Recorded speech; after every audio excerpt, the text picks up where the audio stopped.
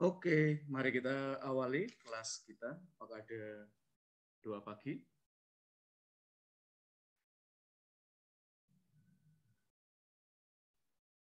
Baik, selamat pagi Romo, selamat pagi Bruder, Sister, dan teman-teman. Marilah kita menyiapkan hati dan pikiran kita untuk memulai pelajaran hari ini dengan doa. Dalam nama Bapa dan Allah Bapa kami, kepadamu kami persembahkan hari ini.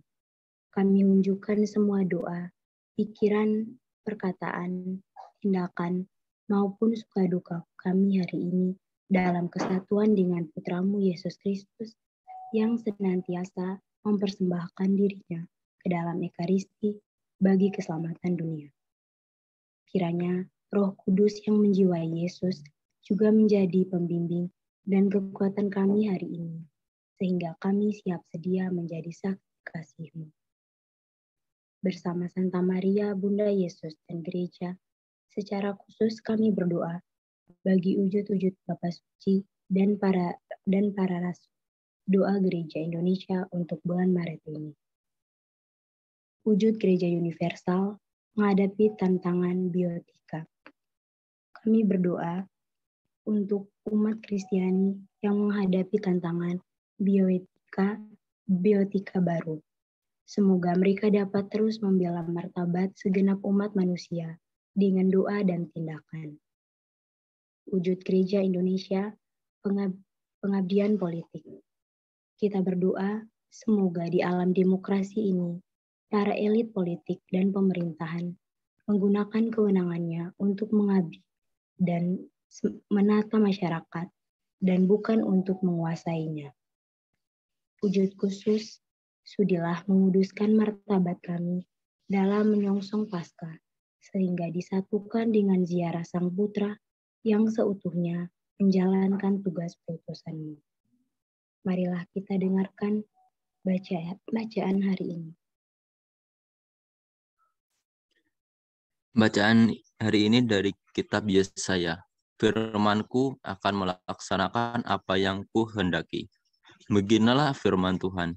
Seperti hujan dan salju turun dari langit dan tidak kembali ke sana, melainkan mengairi bumi, membuatnya subur dan menumbuhkan tumbuh-tumbuhan, memberikan benih pada penabur dan roti kepada orang-orang yang mau makan. Demikianlah firman Tuhan yang keluar dari mulutku. Ia tidak akan kembali kepadaku dengan sia-sia, tetapi akan melaksanakan apa yang Kuhendaki dan akan berhasil dalam apa yang Kusuruhkan kepadanya. Demikianlah sabda Tuhan. Syukur kepada Allah. Renungan. Setiap tindakan memiliki reaksi dan kita melihatnya dalam kehidupan sehari-hari. Bacaan tadi memberikan contoh dari alam bahwa seperti hujan dan salju turun dari langit, menyirami bumi, dan membuat tanaman tumbuh dan berbuah. Tuhan menggunakan contoh itu untuk memberitahu kita bahwa firman yang keluar dari mulutnya juga harus masuk ke telinga kita dan ke hati kita, sehingga kita akan tahu apa yang Dia inginkan dari kita dan melakukan kehendaknya sesuai dengan itu. Jadi kita harus memperhatikan firman Tuhan dan membiarkannya berakar dari hati kita dan berbuah dengan hidup kita. Lanjut dengan doa mulai pelajaran. Marilah kita berdoa. Ya Bapa dalam surga, kami berterima kasih atas waktu yang boleh kami terima ini. Terlebih, kami bersyukur atas kesempatan belajar yang Kau berikan. Kami mohon padamu ya Tuhan, supaya Engkau menerangi akal dan budi kami, agar dapat menerima pelajaran ini dengan baik. Berilah kami kekuatan, agar dapat memahami pelajaran yang akan kami pelajari ini. Dan berilah pula kami semangat belajar selama proses belajar ini, supaya dapat memusatkan perhatian kami pada pembelajaran. Namamu yang kami puji kini dan sepanjang masa. Dalam nama Bapa.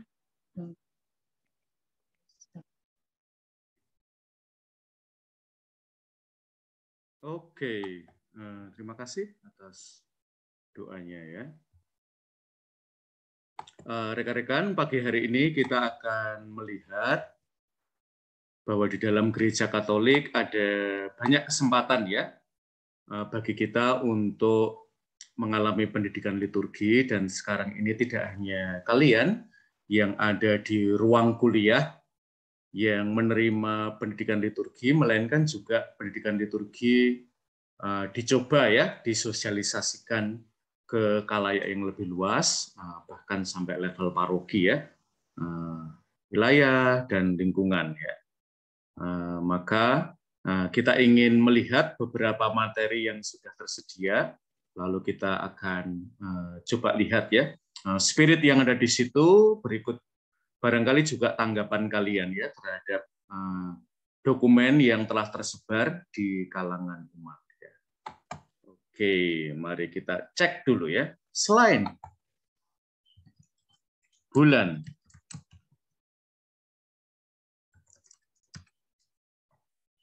katekese liturgi di Indonesia, kita punya apa lagi?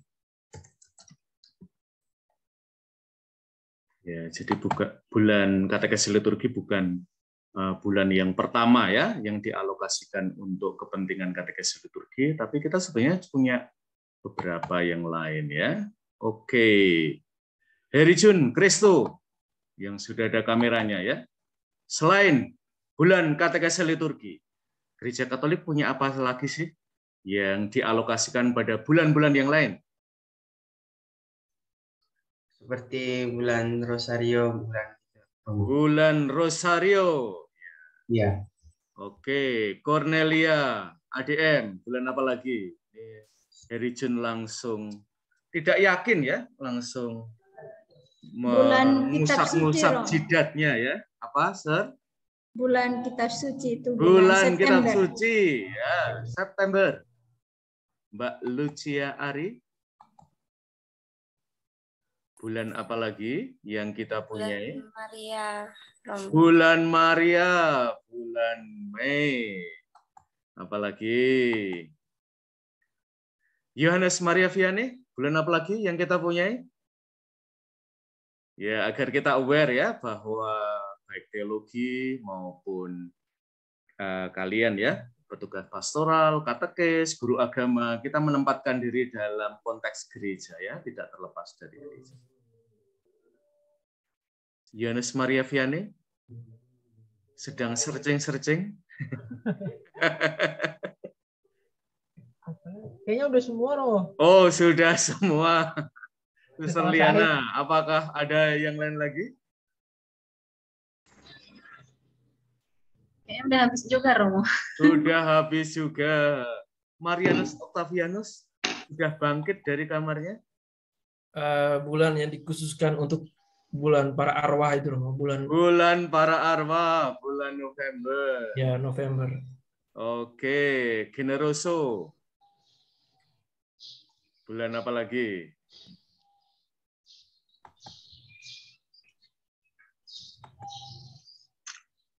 Generoso?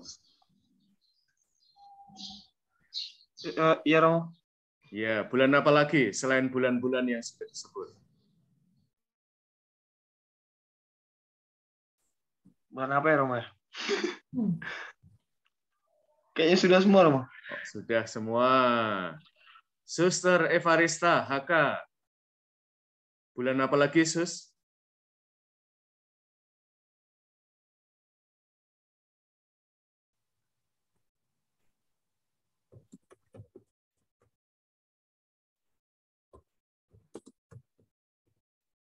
Suster, jangan memandangi saya seperti itu, Sus. Ini masih pagi, ya. Bulan apa lagi?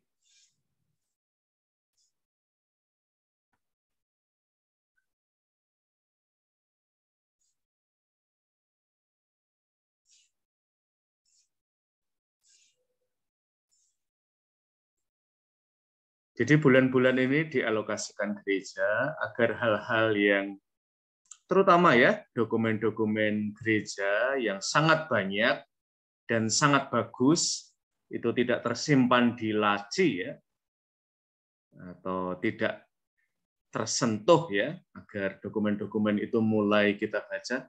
Apalagi Yesus?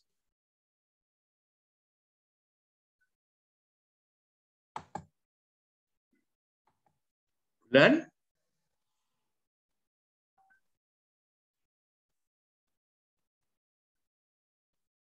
Kelihatannya Suster Evarista mulai pagi ini ya, seperti dalam kisah kitab suci menjadi bisu. Sudah semua, Romo. Sudah semua. Oke, saya akan menyebut salah satu yang belum disebut ya. Itu Bulan? Ajaran sosial gereja. Ya, jadi ada banyak dokumen gereja yang belum terbaca sehingga kemudian gereja berinisiatif ya, terutama lewat keuskupan-keuskupan dan kemudian disosialisasikan di paroki-paroki. Nah, saya mengambil 2 keuskupan sebagai contoh ya, karena lebih aksesibilitasnya. Jadi saya coba cari-cari di internet dan ada 2 keuskupan yang menjadikan dokumennya terbuka ya bagi kita untuk kita baca-baca. Yang pertama adalah keuskupan tempat kita belajar, Keuskupan Agung Semarang, dan yang kedua adalah keuskupan tetangga kita, Keuskupan Surabaya. Nah, nanti kalau kalian dari Kalimantan, dari Sulawesi, dari Flores, dari Papua, dari Sumatera, mungkin juga dari Keuskupan Bandung, Jakarta, punya materi-materi, kalian bisa share ya. Dan itu menunjukkan hal-hal penting apa yang sedang jadi concern masing-masing keuskupan ya, termasuk dalam katekese liturgi ya. Maka kita akan mencoba lihat yang menjadi concern masing-masing keuskupan terkait dengan liturgi. Nah, oke. Nah, hari ini kita akan mencoba melihat, maka mari kita lihat ya sesuatu yang lebih populer dulu. Romo ini populer di YouTube ya, dengan macam-macam speech-nya. Entah kalian suka atau kalian punya kritik tertentu, mari kita dengarkan dulu ya. Nanti kalian boleh cerita terakhir deh. Boleh menanggapi ya. Sebelum ke ini. Saya itu memberi retret dengan anak-anak SD senang. Anak SD selalu saya tanya, siapa yang Muslim? Saya Romo. Siapa yang Buddha? Saya Romo. Siapa yang Kristen? Saya. 70% sekolah Katolik itu Kristen. Anak-anak Kristen. Orang Katolik susah sekolah di Katolik. Kecuali di PL, murah. Tidak di Susteran. Susteran Bandung, Susteran Bandung, Susteran. Brother setuju. Lalu saya tanya, nah, namanya anak SD. Anak SD itu kalau tanya langsung begini. Nah, kenapa kita disebut Kristen?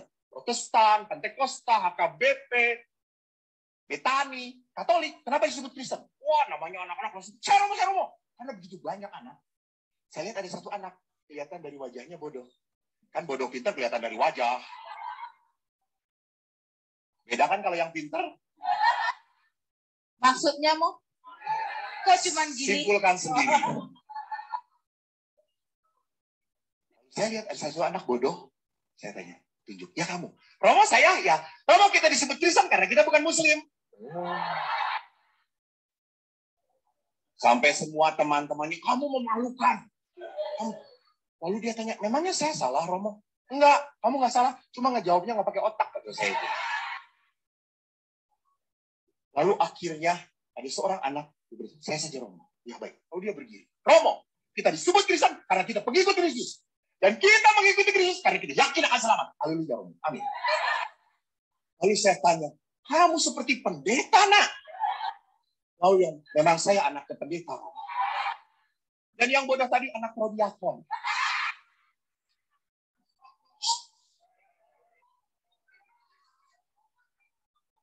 Di Bandung.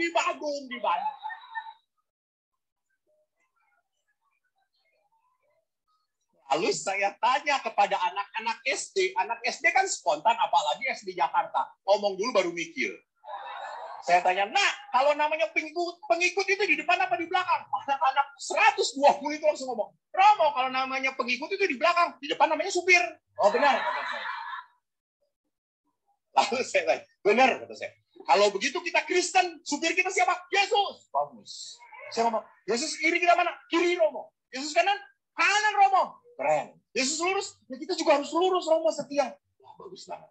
Yesus kiri, kita kiri. Yesus kanan, kita kanan. Yesus lurus, kita lurus. Lalu saya tuh pegang salib. Saya angkat salib. Kalau Yesus disalib, semua anak langsung diem. Sampai saya teriak, woi, kalau Yesus disalib. Lalu si anak prodiakon tadi angkat tangan. Karena cuma dia sendiri yang ngomong, saya udah khawatir mau ngomong apa lagi nih anak gitu ya. Tapi karena cuma dia sendiri yang angkat tangan, ya sudah, jawab. Saya Romo, ya. Kalau Yesus disalib, Romo, ya, biarin aja dia sendirian.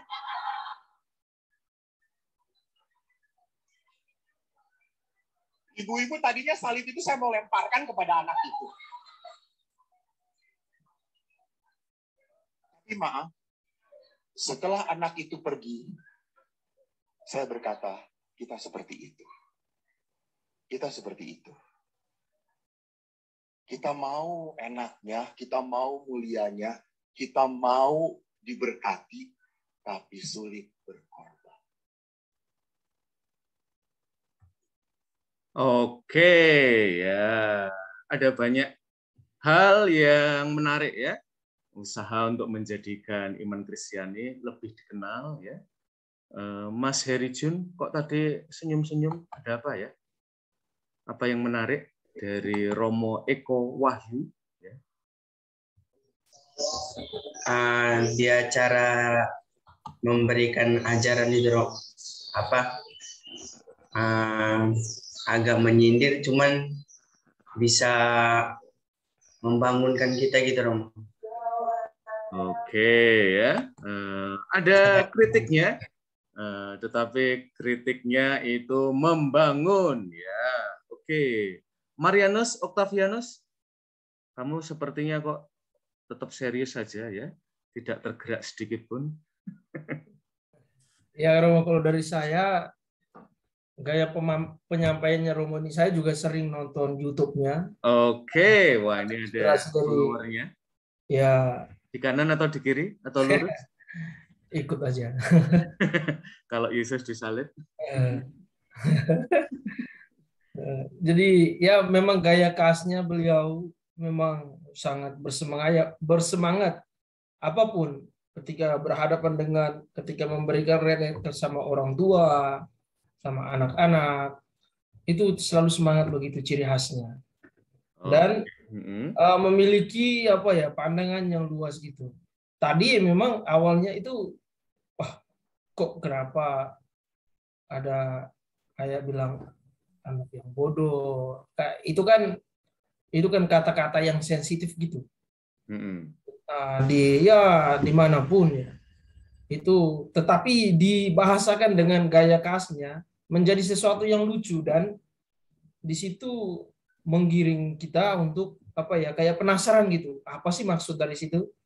Nah, dan ternyata di akhir penutupnya itu ya sangat luar biasa, yang kita lihat bahwa ya memang benar manusia kadang begitu, yang maunya enak saja. Seperti Yesus disalib, ya biarkan dia sendiri, kata anak murid tadi. Nah, itu luar biasa. Itu Romo. Oke, kalau kalian di OMI punya sosok kayak gitu nggak sih? Kalau yang sosok seperti itu yang ya ada sih, tetapi tidak terlalu ini. Yang favorit saya. Ada satu Romo yang sekarang tugasnya di Jakarta, Romo Bono Rajabana. Oh iya, Rajabana ya. Ya.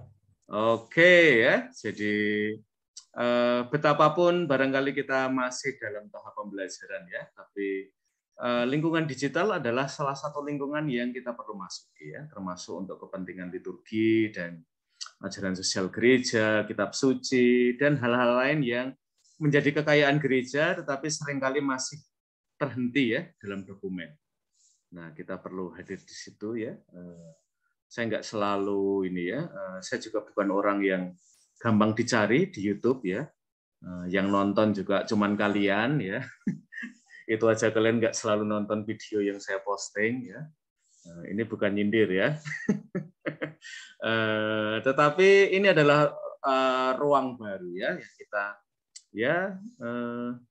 mungkin seperti kalian juga ya, posting-posting ya yang like cuma sedikit ya. But that's always a start ya. Itu selalu sebuah permulaan ya. Kamu tidak bisa tiba-tiba jadi bintang ya. Dan kalau disebut anak prodiakon ya, nah itu kebanyakan anak lulusan pendidikan ya. Oke, Mbak Lucia Ari. Apa sih yang menarik Mbak dari Romo Eko Wahyu ini? Suka nonton Romo Eko Wahyu? Seperti Bruder Marianus? Enggak, Romo. Tapi kalau kayak nonton videonya sepenggal kayak di IG atau di TikTok pernah. Oke. Apa sih yang menarik dari sosok ini, Mbak Lucia Ari? Ya mungkin pembawaannya yang semangat gitu ya, mau kayak anak muda banget, bisa membangun keadaan gitu dan masuk ke hati. Oke, ya masuk ke hati. Ya, siapa lagi ya? Bruder Rizky, suka nonton ginian nggak, Der? Kalau saya sih senang, Romo, karena ini menjadi ya kadang inspirasi bagi saya ketika saya melakukan pewartaan dengan kaum muda. Jadi biar enggak terlalu tegang sekali sehingga memecahkan suasana sehingga merasa tertarik gitu loh, Romo.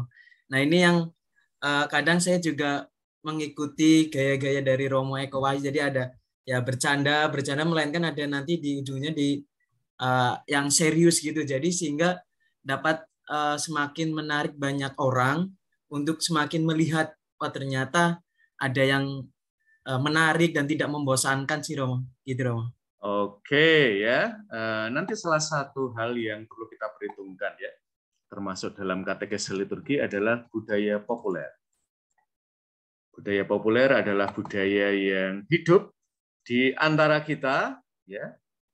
Apakah itu nanti akan kita lihat ya, terutama terkait dengan beberapa hal yang ditulis oleh tim liturgi ya dari dua keuskupan yang kita lihat, misalnya tempat humor.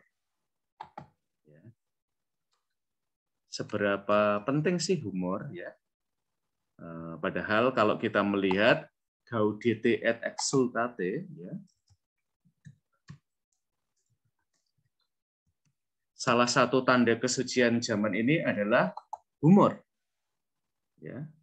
Jadi orang yang suci yang nggak humoris itu bukan orang suci. Ya. Nah, nanti akan kita lihat ya, apakah misalnya a sense of humor ya itu sudah masuk ya di dalam kesadaran gereja.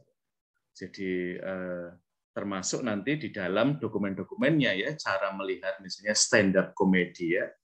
Nah, nanti kita akan coba lihat ya, karena kadang-kadang cara gereja itu membandingkan ya, misalnya misa bukan stand up comedy, ya, misa bukan konser, misa bukan pertunjukan. Pertanyaan saya adalah, does it help? Ya. Apakah perbandingan itu membantu atau malah sebenarnya lebih merugikan? Ya. Nah, oke, kita dengarkan dulu ya. Suster Santa Monica, saya tuh selalu respect banget ya, ya baru suster tapi sudah santa ya. Yuk Sus, suka dengerin Romo Eko Wahyu nggak Sus? Baru kali ini Romo. Baru kali ini, kira-kira tertarik untuk lihat-lihat di YouTube yang lain Sus?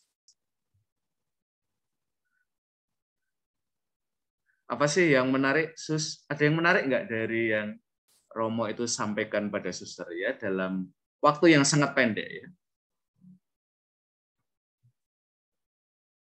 Menarik Romo, menariknya itu karena cara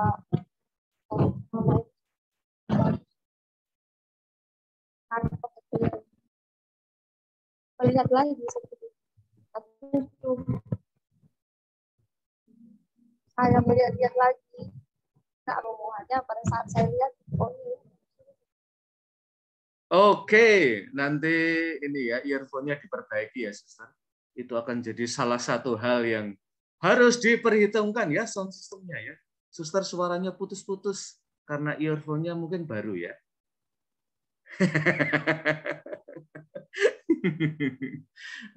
Oke, rekan-rekan ya.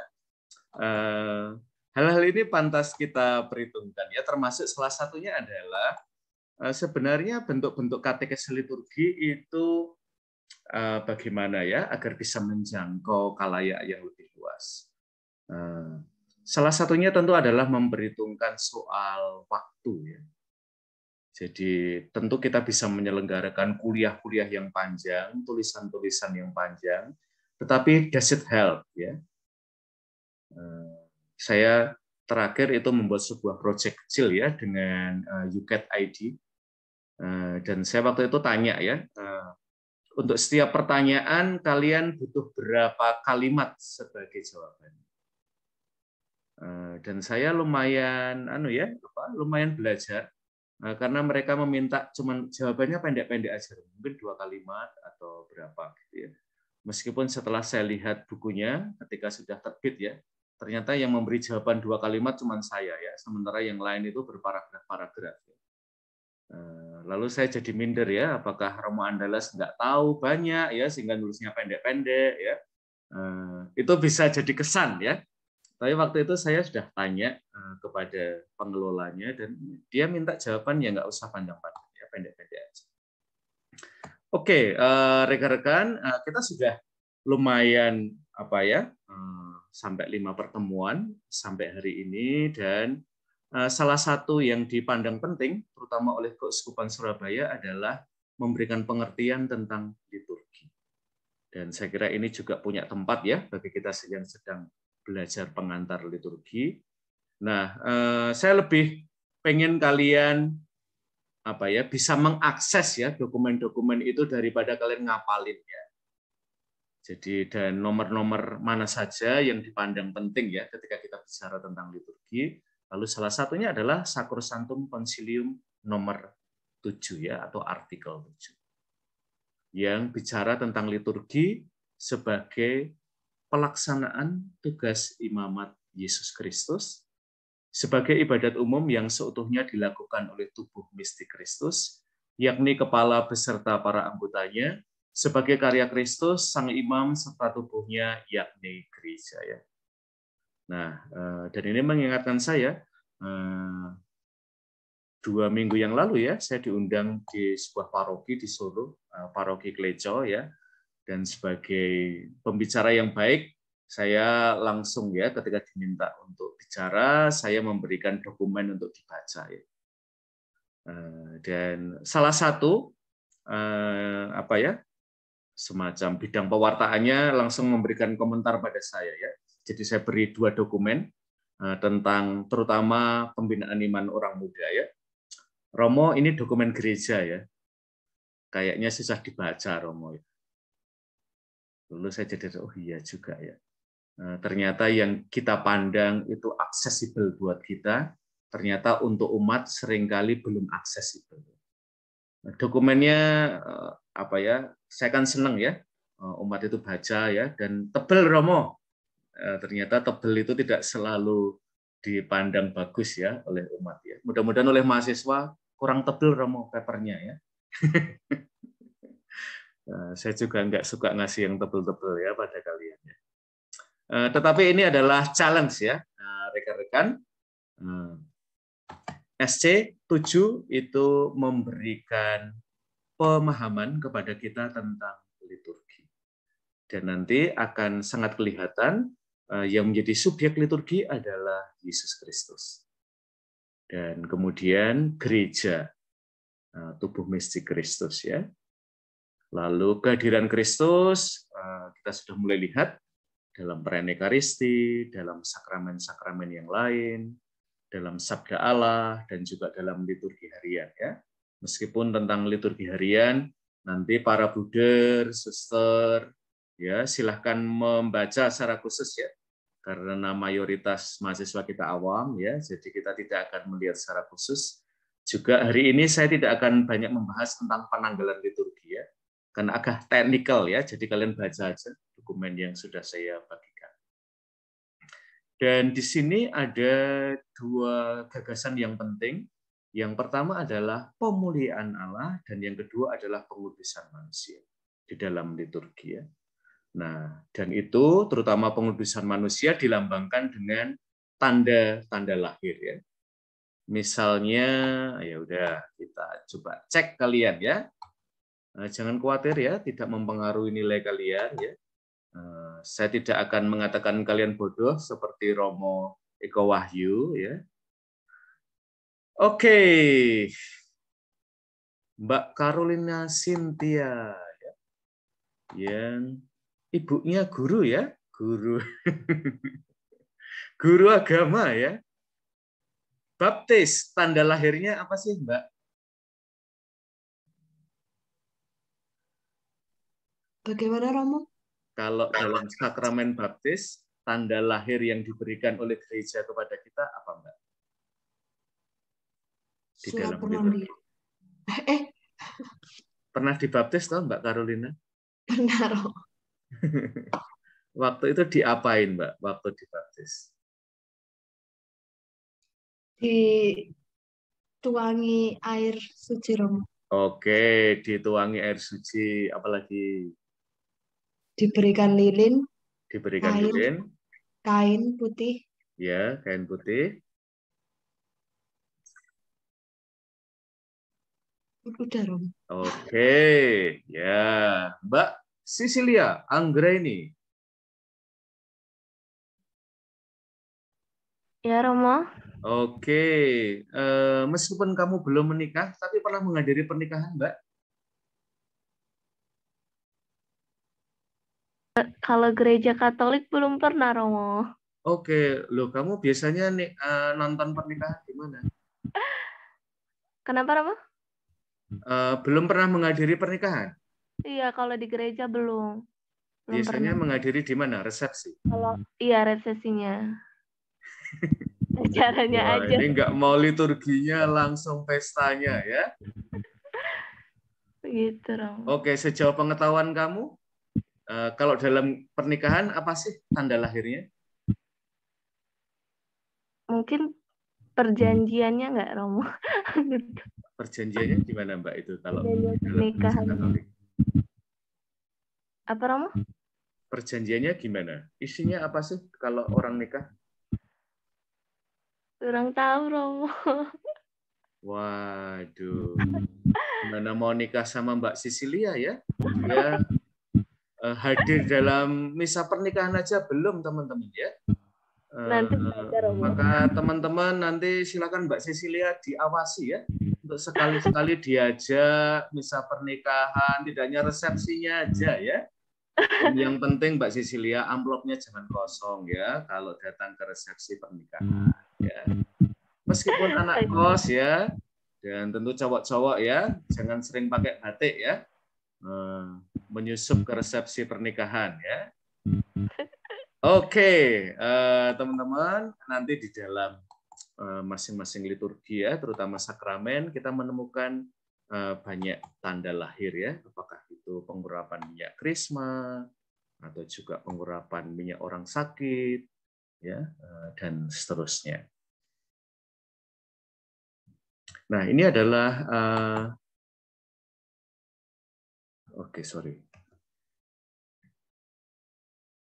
Nah, ini ya, masih di SC nomor 7, liturgi memiliki dua tujuan ya. Yang pertama adalah pemuliaan Allah dan yang kedua adalah pengudusan manusia.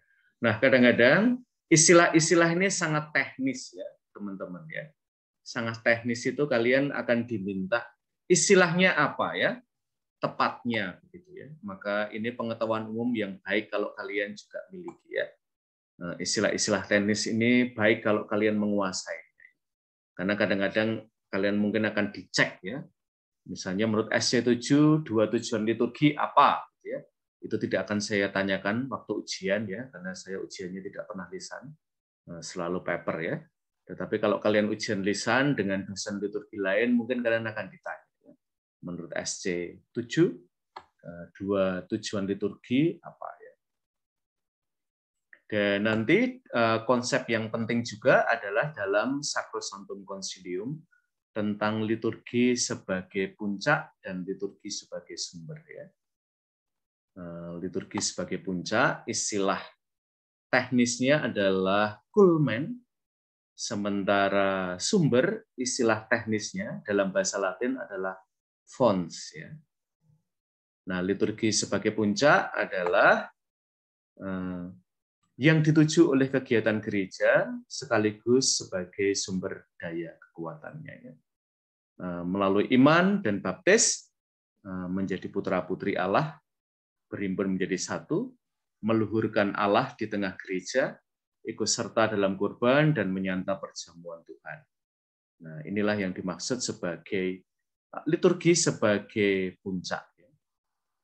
Di mana lalu sebagai sumber adalah terutama dalam Ekaristi, ya, ketika imam mengatakan ite missa est, pergilah kalian diutus, berarti nanti ini ya, pengalaman kalian mengalami kebersamaan dengan Tuhan itu perlu menjadi kegiatan setelah Ekaristi, ya, menjadi kegiatan membangun persaudaraan atau intimitas dengan sesama, ya.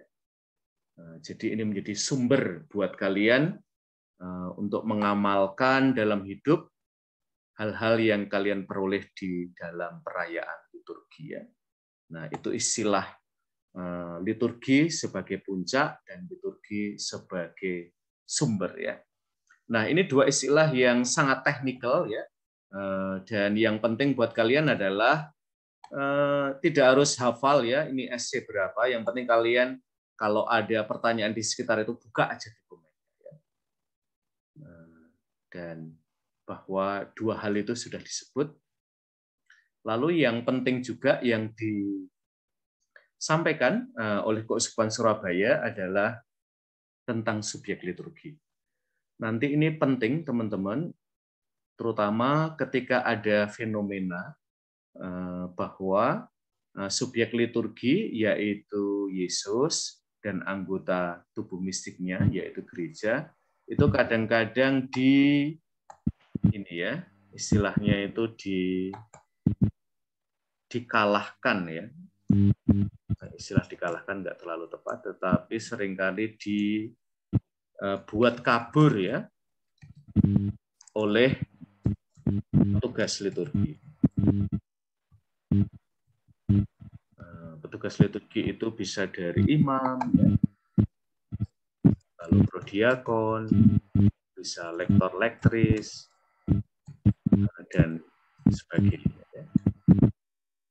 Sehingga nanti beberapa tanggapan terutama terkait dengan subjek liturgi nanti akan harus kita rujuk pada SC nomor 7, ya, yaitu Yesus sebagai subjek atau pelaku liturgi sebagai kepalanya dan anggota tubuh Kristus yaitu gereja, ya.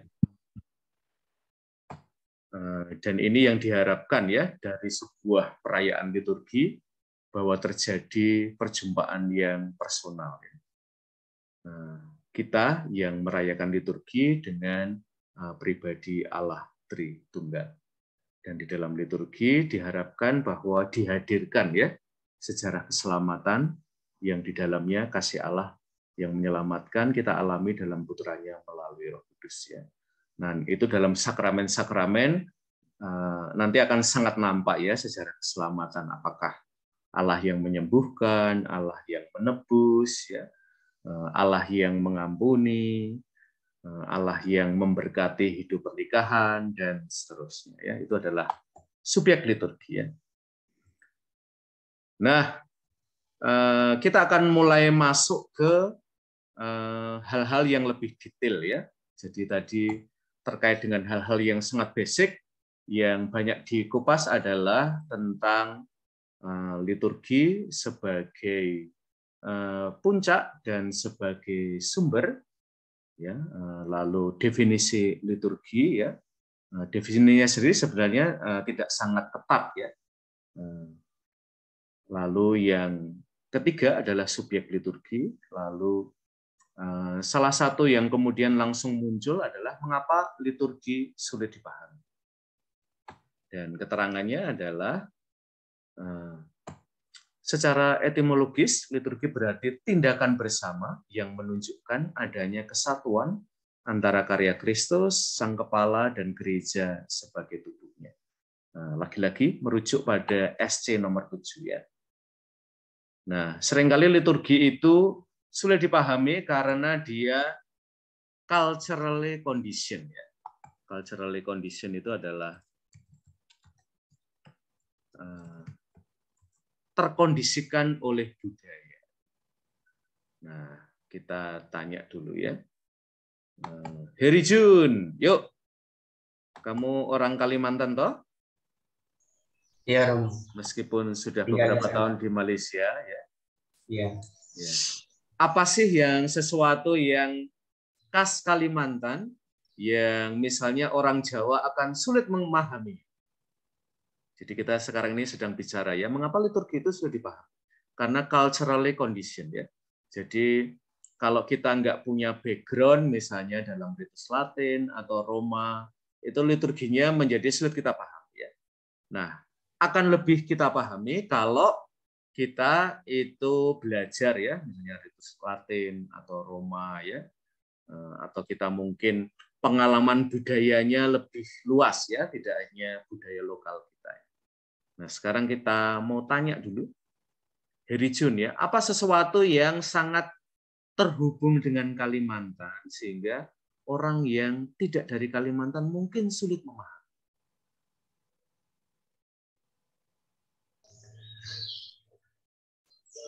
Kalau dari saya, Romo,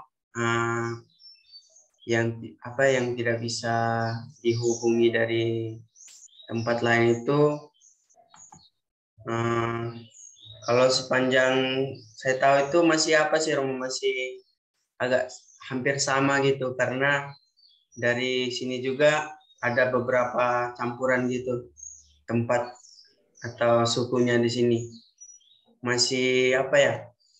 Gimana bilangnya, masih hampir sama gitu, masih bisa dipahami juga dari segi, mungkin dari segi ibadatnya, liturginya gitu, Romo. Masih hampir sama kalau dari saya. Soalnya saya juga ini masih belum ini, Romo. Belum terlalu paham gitu. Oke ya, jadi ada beberapa perjumpaan budaya ya. Ya, itu membuat yang culturally condition itu apa ya, lebih kurang punya dampak ya. Karena terjadi percampuran budaya ya. Sementara mungkin budaya-budaya yang lebih tertutup ya, atau budaya-budaya yang lebih kurang kontak dengan budaya lain itu lalu banyak hal masih culturally condition ya. Culturally condition itu ya orang dari budaya lain kurang memiliki akses ke situ ya. Oke, kita coba cari dulu yang Sumatera deh. Liana Sianturi ya. Hal-hal apa yang apakah Sumatera atau Batak banget ya, sehingga kita yang bukan orang Batak itu sulit untuk memahami. Contohnya apa, Sus?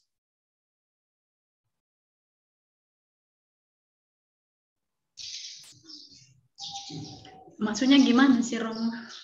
Maaf, Romo. Suster kan orang Batak, toh? Ya, Romo. Ya. Sianturi, toh? Iya, Romo. Ya. Hal-hal apa yang sangat melekat pada budaya Batak, sehingga misalnya orang Jawa, orang Sulawesi, kalau nggak ketemu suster atau bahkan mungkin berkunjung ke Batak, itu kita mungkin nggak tahu banyak tentang sesuatu yang sangat terkait dengan budaya Batak.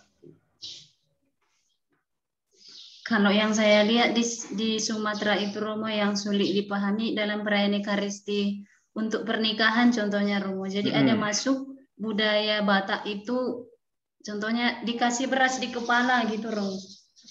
Oke, iya. Itu Kalau artinya apa, Suster, untuk orang Batak ya?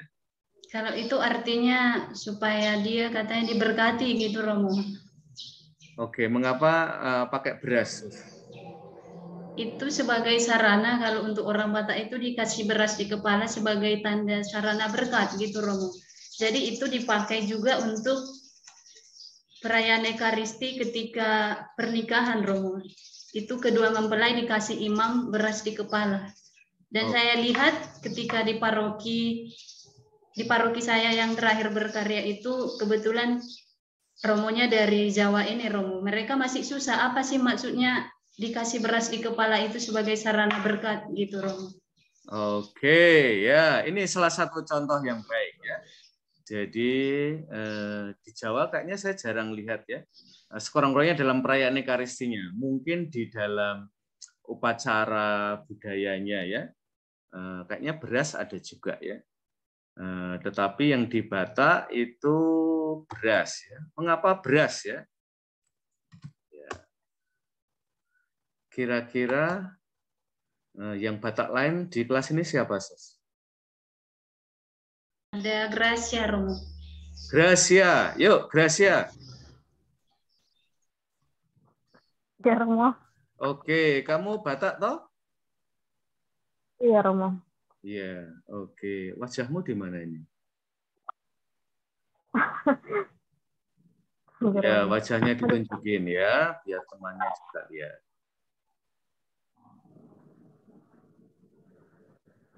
Oke. Sebagai kamu orang Bataknya 50%, 25%, agak 75% atau 100%? 100%. Oh, 100% ya, Sinaga ya. Nah, Suster Liana tadi bertanya-tanya ya, ada Romo dari Jawa yang bekerja di Batak itu bingung ya, mengapa ditaburi beras ya? Yuk, sebagai orang Batak ya, jangan ngaku 100% kalau nggak tahu ya. Ya, itu juga sama, Romo, seperti yang dibilang suster tadi, itu tandanya diberkati gitu kan, Romo, lambang pemberkatan gitu. Itu kayak mereka itu memasuki hidup baru gitu loh, Romo. Oke, seberapa sering sih kalian makan nasi di Batak? Makan nasi. Kalian makan nasinya sama makan dagingnya lebih sering makan nasi atau makan daging? Makan nasi lah, Romo. Oke. Acaranya itu yang apa namanya khusus gitu loh, Romo. Di Batak masih banyak sawah nggak sih?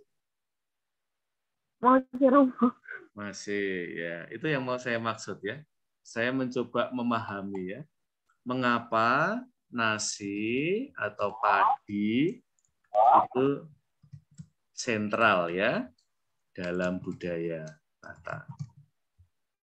Nanti tidak hanya tentu budaya Batak ya, tapi nasi atau padi itu juga sentral dalam budaya-budaya lain ya. Sehingga misalnya Masao Takenaka ya, mungkin nggak akan kalian dengar dari dosen-dosen lain. Dia adalah seorang teolog dari Jepang. Dia pernah nulis Allah itu titik titik titik. Nah, kita coba teka-teki silang dulu ya. Allah itu titik titik titik. Nah, Mbak Maria Hubertina. Kita tebak-tebakan dulu ya. Maria Hubertina. Ya, Romo. Oke, Allah itu titik titik titik. Kamu orang mana sih, Mbak Maria?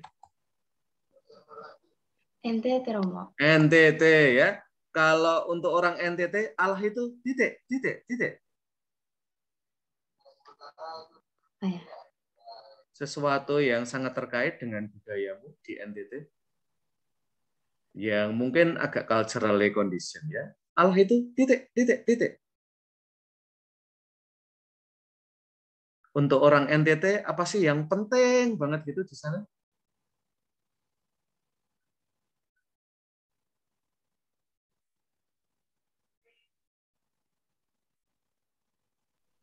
Sumber kehidupan, Romo. Allah itu sumber kehidupan, ya.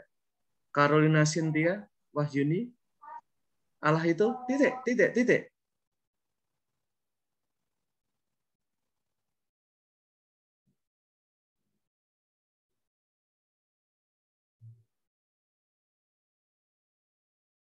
Allah itu titik.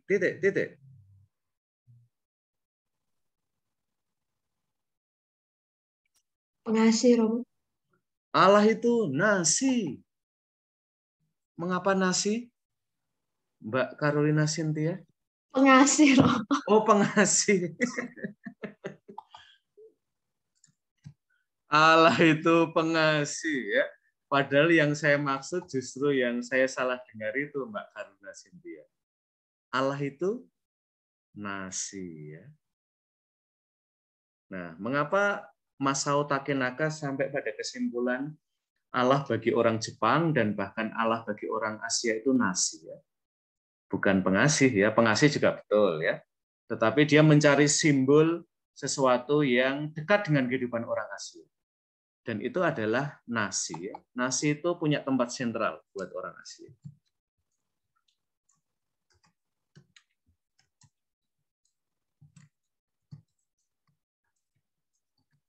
Ya. Jadi ketika Masao Takenaka itu diminta untuk omong, dia kemudian God of Rice, ya, Allah nasi, ya. Orang Asia nggak bisa hidup tanpa nasi, ya. Apakah itu bubur atau nasi goreng atau nasi kebuli, pokoknya macam-macam nasi itu, ya. Tetapi nasi itu punya sentralitas dan mungkin, ya, Suster siapa tadi, ya? Suster Sianturi, ya, mungkin itu sentralitas juga dalam masyarakat, terutama masyarakat yang lebih agraris, ya. Nasi itu punya tempat, maka di dalam banyak ritual budaya dan juga nanti dalam ritual agama juga nasi itu masuk, ya, di dalam perayaan-perayaan liturgi gereja juga. Jadi lebih ke sentralitasnya, ya. Tadi saya kira yang sudah disampaikan adalah buat orang Batak juga itu adalah tanda berkat, ya. Salah satu tanda berkat itu adalah makanan, ya. Dan nanti untuk orang-orang di Jawa juga, ya. Kalau kamu memberi berkat itu isinya salah satunya adalah nasi, ya. Tentu selain ayam, daging dan yang lain-lain, ya. Tetapi nasi berkat, ya. Itu nasi dan berkat itu didekatkan, ya. Oke, apakah di sini ada yang Papua? Oke, Flores, Marianus, kalau di Flores apa, ya? Kalian makan apa biasanya? Nasi juga. Ya, saya tahu, ya. Tetapi yang lebih lokal, Marianus. Kalau lebih lokal sih, ya biasanya di sana itu sarapannya itu pagi-pagi biasanya kayak singkong, lalu juga pisang, seperti itu. Ya, makanya pernah ada juga lah itu, Romo. Ya, pernah ada seorang teolog juga yang dia menulis tentang teologi, ya. Teologi Asia itu seperti apa, ya? Dan dia bilang teologi Asia itu seperti mangga dan pisang. Nah, itu salah satu simbolisasi yang dipakai, ya. Mengapa teologi Asia itu seringkali seperti mangga atau pisang, ya? Karena antara kulitnya yang di luar dan dalamnya itu kadang-kadang isinya beda. Ya, jadi mangga, ya, itu ini, ya, misalnya, ya, mangga yang belum matang tentu, ya. Luarnya hijau tapi isinya putih, ya. Dan putih itu berarti barat. Ya. Jadi yang lokal itu cuma di bajunya, ya, di casingnya, tapi sebenarnya di dalamnya teologinya masih barat. Ya. Nah, itu untuk mengkritik, ya. Dan nanti juga sama, maka misalnya nanti mungkin Marianus, ya, bisa nulis teologi singkong, ya, atau teologi pisang, ya. Karena pernah juga ya ada tentang teologi mangga ya. Betapa teologi kita itu sebenarnya belum sangat lokal ya. Dan kalau kita lihat tadi ya dalam keterangan oleh tim liturgi keuskupan dari Surabaya itu ternyata liturgi kita itu sangat terkondisikan oleh budaya Barat ya, dan bahkan budaya Roma ya.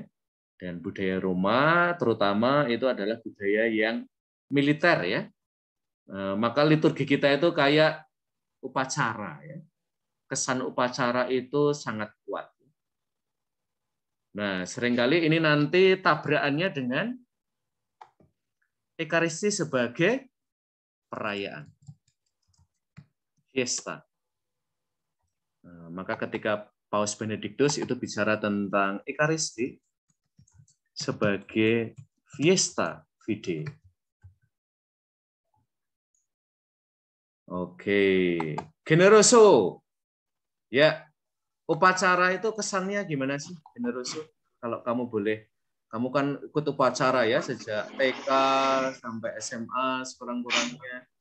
Kesan kamu terhadap upacara itu positif atau agak negatif? Apa yang kamu suka, apa yang kamu tidak suka dari upacara? Kalau dari saya mungkin kalau upacara tuh positif, Romo. Oke, positifnya apa sih upacara? Misalkan kayak upacara bendera gitu kan, Romo, kayak kita memperingati kayak mengenang jasa pahlawan gitu, Romo. Jadi kayak seperti sakral gitu, Romo. Oke ya, tentu ada unsur sakralitasnya ya. Maka tidak serta-merta ya Ekaristi sebagai upacara itu jelek ya. Oke, Mbak Jessica Ningrum, kesan kamu terhadap upacara, Mbak? Pernah ikut upacara toh? Pernah, Romo. Karena ternyata teman kamu ada yang belum pernah ikut pernikahan ya. Jadi saya nggak boleh mengandaikan kalian semua pernah ikut upacara. Oke, kesan kamu terhadap upacara apa sih, Mbak? Kalau dari saya kesannya ya buat lebih mengenal budaya kita lagi. Kalau dari budaya Jawa gitu kan biasanya ada upacara-upacaranya gitu, Romo. Oke ya, jadi kata upacara sendiri punya akar yang kuat ya di dalam budaya-budaya.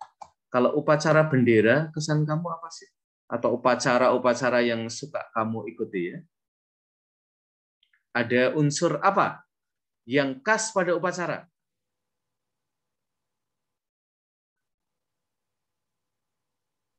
Mungkin kalau upacara bendera hampir sama kayak Generoso tadi, Romo. Kayak mengenang jasa para pahlawan gitu. Oke, saya masih mencari sesuatu yang bisa kalian temukan dalam upacara. Oke, sekarang siapa lagi ya yang mau saya ajak bicara ya? Amos, Rizaldi. Halo, Amos. Apakah Amos sedang mengunjungi bruder Omi lainnya yang sedang isoman ya? Mungkin sedang mengantar makanan. Amos, hai, Amos. Ya.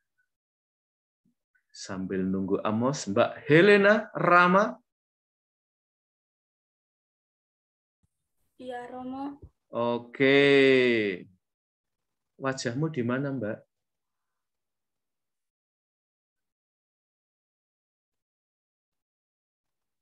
Halo, Mbak Elena.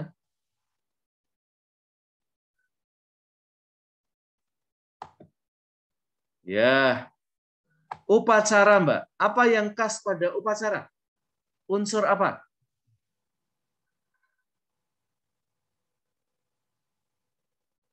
Dalam upacara. Apa yang menonjol dalam upacara, Mbak? Dibandingkan dengan perayaan. Tatanannya yang terencana, Romo. Tatanannya yang terencana ya. Maka Ekaristi itu nggak boleh dibolak-balik ya. Nah, nanti itu akan menimbulkan pertanyaan ya. terutama di dalam perayaan Ekaristi, terutama Ekaristi orang muda. Kadang-kadang ada tatanan yang dianggap apakah ini sudah tidak bisa diganggu-gugat, ataukah urutannya masih bisa fleksibel. Ya. Oke, Mbak Helena Rama. Sementara kalau perayaan, Mbak, apa yang menonjol dalam perayaan? Kalau upacara itu ada tatanannya yang urut, ya, ada urutan acaranya, ya. Maka dalam perayaan Ekaristi ada tatanan ini, ya, pembuka, ya, lalu sabda, lalu liturgi Ekaristi, lalu penutup, ya.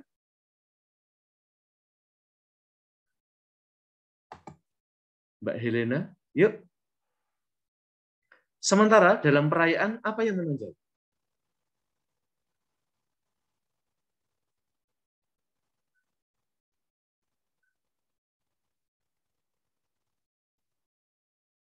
Mbak Helena ini kalau ditanya senyum, ya.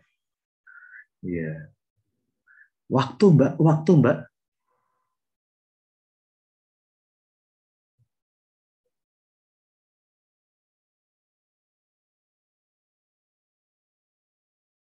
Yuk, Erika, Sisilia. Apa, Sus? Apa ya, Romo? Mungkin apa? Ada kegiatan tambahan, maksudnya enggak seperti upacara Romo sistematis. Kalau perayaan biasanya fleksibel. Fleksibel, ya, perayaan itu lebih fleksibel. Marianus, apa yang membedakan perayaan dari upacara?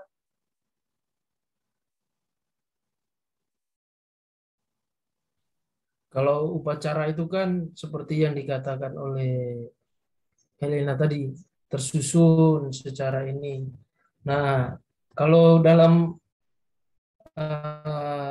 liturgi itu juga memang sih apa namanya sudah ditetapkan dari sananya begitu. Namun kayak bisa dimasukkan apa namanya itu kayak inkulturasi budayanya itu bisa, Rom. Oke, di dalam perayaan Ekaristi meskipun sudah ada urutan-urutannya, tetapi dengan inkulturasi budaya itu bisa masuk di dalamnya. Cek juang, improvisasi ya, pakai V ya, bukan improvi, pakai F ya. Yuk, cek juang. Mengapa bisa diimprovisasi?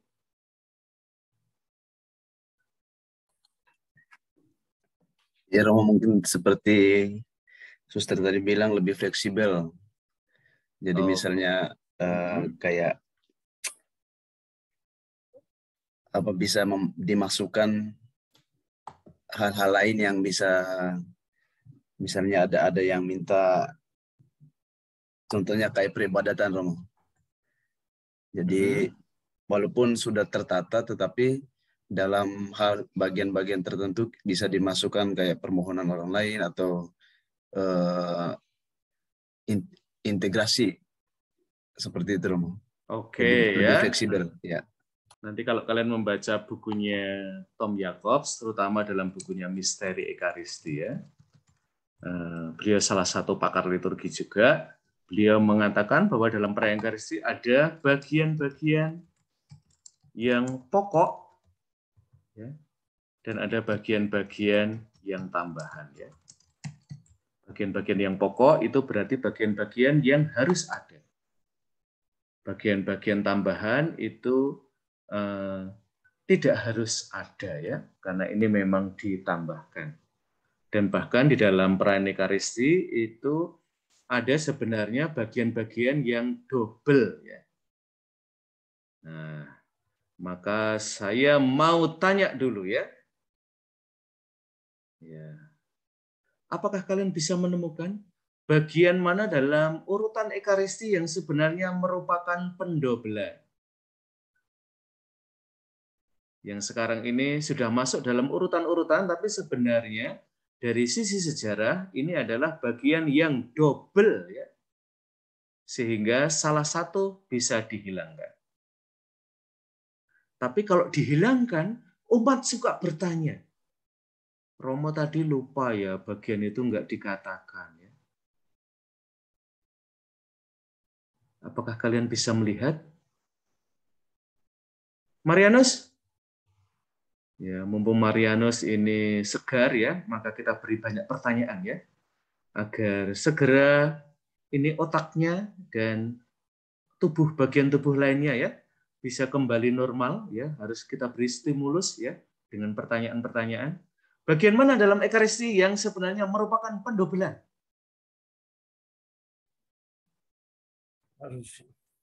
Tiap hari Ekaristi tapi saya tidak. Ya. Dan seringkali dua-duanya dipakai. Kayaknya kalau ada satu yang hilang jadi kurang sekali ya. Di bagian pengakuan iman, Romo. Pengakuan iman. Ini siapa ini ya? Cek Juang ya? Iya. Oke, mengapa pengakuan iman di bagian kredo? Bukan kredo, Romo. Soalnya ini saya juga kadang sering bertanya, ini kenapa harus dobel? Ini kadang sudah sebut saya mengaku, tapi juga ada Tuhan kasihanilah kami lagi. Oh, yang itu ya. Jadi antara saya mengaku dan Tuhan kasihanilah kami ya. Ya. Mungkin bisa salah satunya adalah yang pertama subjeknya saya, yang kedua adalah subjeknya kami ya. Jadi sisi yang pertama itu sangat personal, sementara yang ini lebih komuniter ya. Kita bersama dengan yang lain. Tapi ini salah satu awal yang baik. Cek Juang ya. Ada bagian lain? Mbak Jessica? Bagian mana dalam Ekaristi yang sebenarnya sehingga nanti bagian yang kedua ini sebenarnya lebih fakultatif ya. Fakultatif itu sebenarnya tidak ada juga tidak apa-apa. Ya. Tapi seringkali oleh KUR, oleh umat, karena ini sudah menjadi bagian yang tak terpisahkan, kalau bagian ini dihilangkan suka ditanya romonya ya. Kok dihilangkan sih Romo? Kurang tahu Romo. Oke, karena wajah kalian kelihatannya seperti wajah anak prodiakon ya. Seperti disebut oleh Romonya tadi, Romo Eko Wahyu ya. Pendobelan itu adalah satu, Tuhan kasihanilah kami. Bagian yang kedua adalah anak domba. Anak domba Allah ini dalam liturgi gereja dipandang sebagai bagian yang fakultatif. Tapi coba kamu hilangkan ya. Nanti umat kemungkinan akan tanya ya, Romonya tadi bagus banget sih. Cuman lupa anak domba Allahnya nggak dikatakan. Romonya meleng pada akhir ya. Mungkin Romonya udah lelah sehingga lupa ya. Anak domba Allah masa dilewati ya, padahal bagian itu adalah fakultatif sebenarnya. Karena sudah ada Tuhan kasihanilah kami di depan. Jadi sebenarnya kalau nanti kita melihat bahkan dalam urutan-urutan itu ada bagian-bagian yang sebenarnya lebih fakultatif ya. Maka kalau kalian mungkin suka lihat saya ya, saya suka melewati bagian itu ya. Bukan karena saya lupa, tapi saya sengaja ya. Karena bagian itu adalah bagian yang lebih fakultatif. Tetapi untuk umat seringkali bagian itu sangat mengena ya. Jadi tidak berarti ya kalau itu fakultatif lalu kita begitu saja menghilangkan. Kalau itu bisa menambah iman umat, mereka semakin memasuki misteri Ekaristi. Nah nanti itu ya teman-teman, kalau kita belajar liturgi kita jadi lebih tahu ya. Ada bagian-bagian yang kelihatannya sudah menjadi bagian tak terpisahkan, tetapi kemudian ternyata itu bagian yang lebih fakultatif ya. Lalu tema selanjutnya Ars Celebrandi ya, seni merayakan liturgi ya. Ini seringkali dipakai oleh untuk kepentingan imam, tetapi saya melihat ini juga sebenarnya bisa kita pakai ya, terutama untuk kalian yang nanti akan mengisi renungan dan mengisi perayaan-perayaan liturgi ya. Jadi ada sisi seninya. Nah, sisi seni ini nanti akan menimbulkan persoalan ya.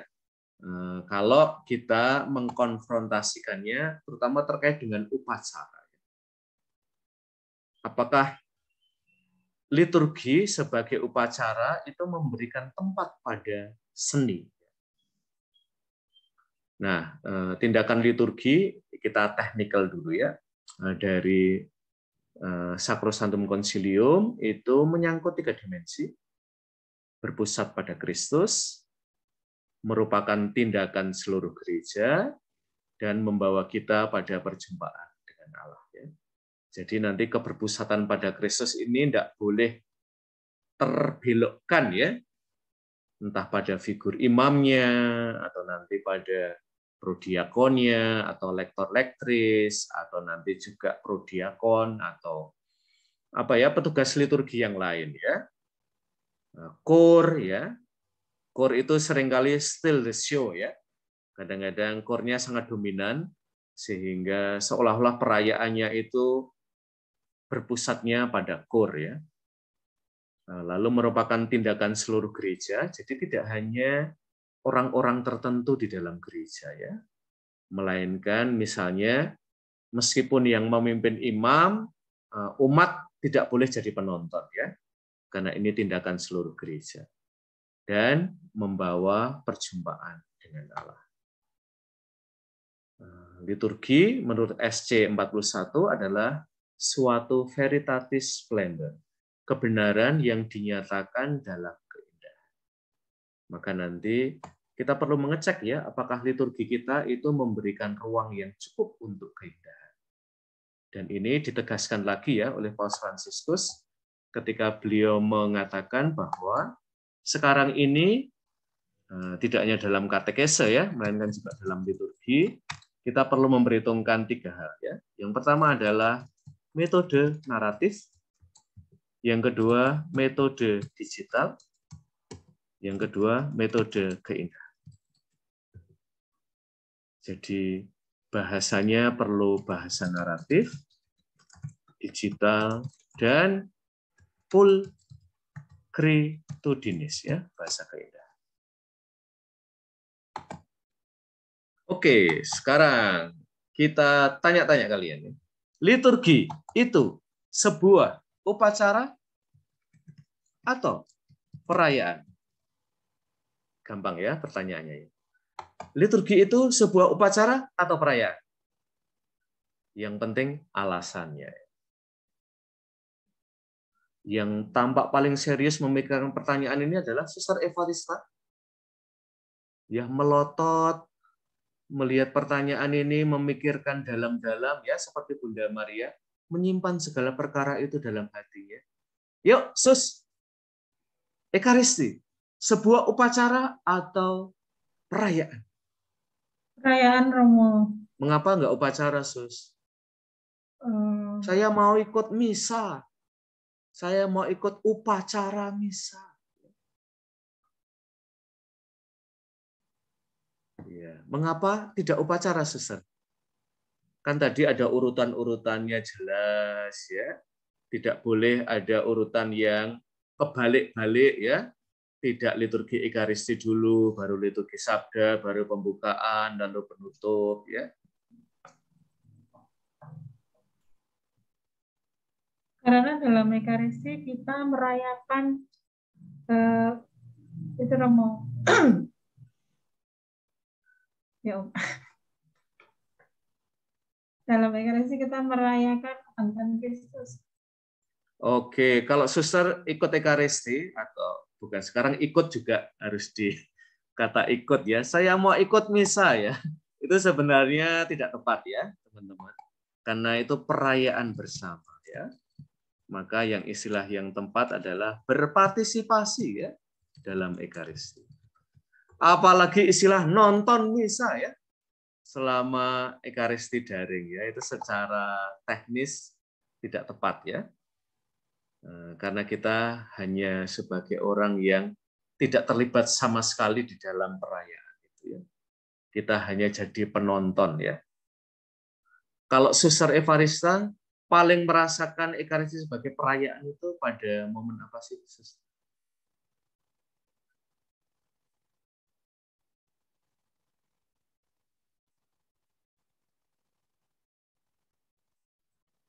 Ketika konsekrasi, Romo. Ketika konsentrasi. Mengapa waktu konsekrasi itu buat Suster perayaan Ekaristi sebagai perayaan itu sangat kentara? Di situ kayak mengenangkan misteri wafat dan kebangkitan Kristus sangat terasa, Romo, dari setelah mendengarkan homili lalu mengendapkan sebentar itu, Romo. Oke, ini ada Mas Samuel. Yuk Samuel. Ya, Kak, halo Samuel. Di unmute dulu Mas Samuel. Halo. Ya, Romo. Oh iya, saya tuh suka mendengarkan suaranya Samuel ini ya. Orangnya gede ya, suaranya melengking ya. Ya Samuel. Halo Samuel. Ya, di unmute Samuel. Ya, Romo. Oke, jangan dimatiin lagi ya. Oke. Suaranya belum dengar, jadi suaranya terlalu kecil, laptopnya ada bermasalah, jadi suaranya terlalu kecil, belum dengar. Oke, saya akan teriak-teriak. Apakah dengar sekarang?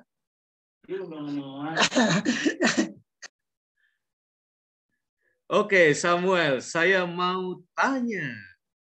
Kalau di Papua, makanan pokok kamu apa, Samuel? Yang sehari-hari kalian santap dan punya tempat istimewa buat teman-teman di Papua. Pasti bukan nasi ya, nasi itu datang belakangan ke Papua ya. Silahkan dijawab Samuel.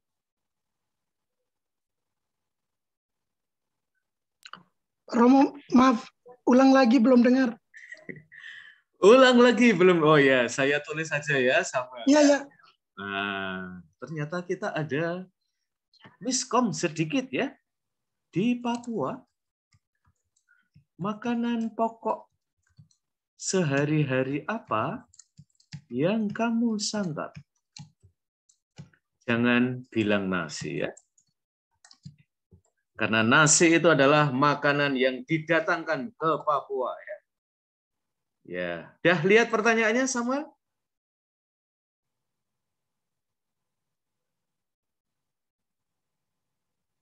Samuel sedang membaca ya. Kita beri ya, waktu. Romo, paham. Paham, ya. Oke. Kalau di Papua, kalau makanan pokok sehari-hari yang sering kami santap, itu sagu, Romo. Oke, sagu. Sagu itu terbuat dari tepung, tapi tepungnya itu pohon sagu ditebang, lalu kupas dia punya kulit, lalu kupas parut dia. Oke. Parut, setelah parut, lalu isinya itu diambil jadikan tepung, lalu diambil lalu makan. Kadang membuat papeda, kadang dibakar. Oke. Itu makanan pokok sehari-hari. Ya. Yang sering kami makan. Kalau nasi itu jarang. Baru di sini baru saya bisa makan nasi. Oke ya. Ini termasuk. Kalau menurut saya makan nasi itu saya rasa sebentar makan, sebentar lapar lagi. Karena belum cocok. Begitu. Terima kasih. Oke.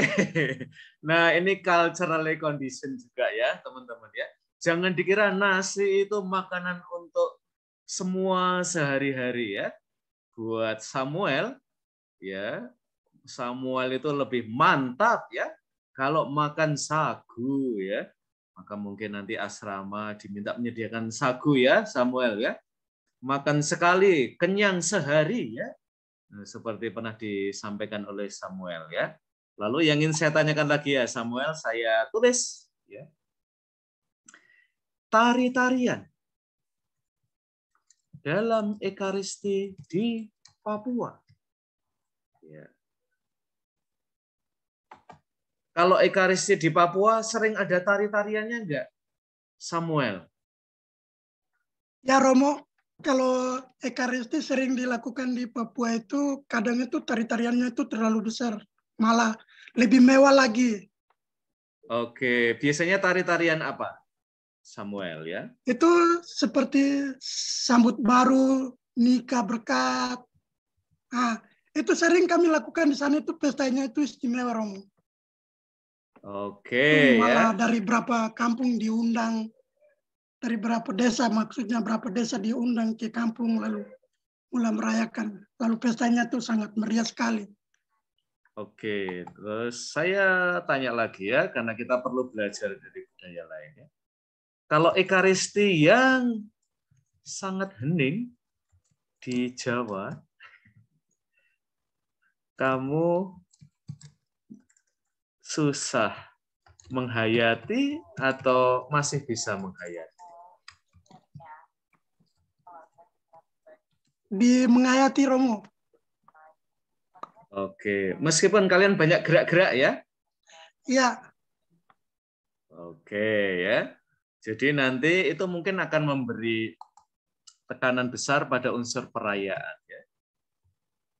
Jadi antara perayaan budaya dan perayaan liturgi itu tidak jauh ya.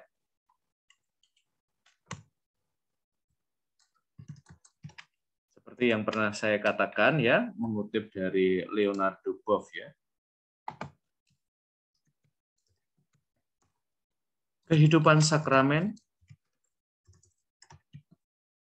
perlu berangkat dari sakramen kehidupan.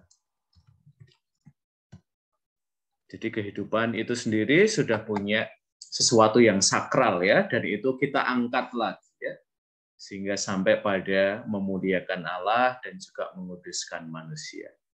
Nah sayangnya kalau nanti liturgi itu tidak berangkat dari sakramen kehidupan ya, lalu cara kita melihat kehidupan misalnya sangat negatif ya, atau cenderung apa ya, misalnya sangat menilai segala sesuatu dengan pandangan yang agak negatif ya. Lalu liturgi menjadi sesuatu yang terpisah ya dari sakramen kehidupan sehari-hari. Terima kasih Samuel ya sharingnya. Sama-sama Romo. Oke ya. Oke teman-teman, kita akan coba lihat ya ke kasus-kasus yang lebih konkret ya. Jadi kita sudah sampai ke Ars Celebrandi ya. Ya udah kita rehat sebentar. Karena setelah ini jangan dilewati lagu ini, karena setelah ini kita akan banyak mempertanyakan hal-hal yang terkait dengan musik, dengan bentuk-bentuk ekspresi seni yang lain.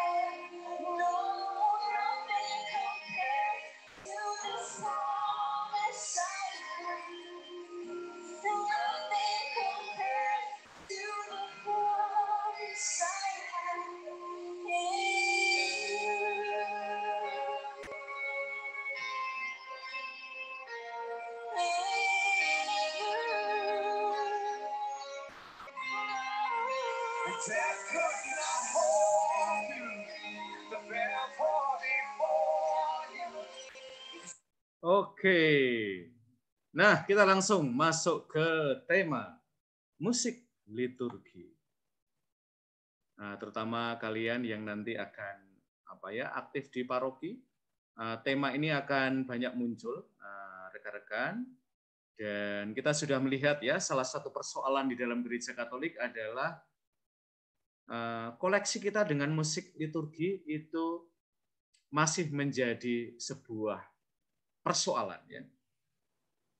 Dan di kampus kita, tetangga kita, bahkan satu kompleks dengan kita itu punya pusat musik liturgi ya, yang menjadi salah satu tulang punggung ya untuk memproduksi musik-musik liturgi. Nah, sekarang saya pengen kita tidak hanya membaca Sacrosanctum Concilium tentang musik liturgi 121, tetapi juga kita pengen membaca cara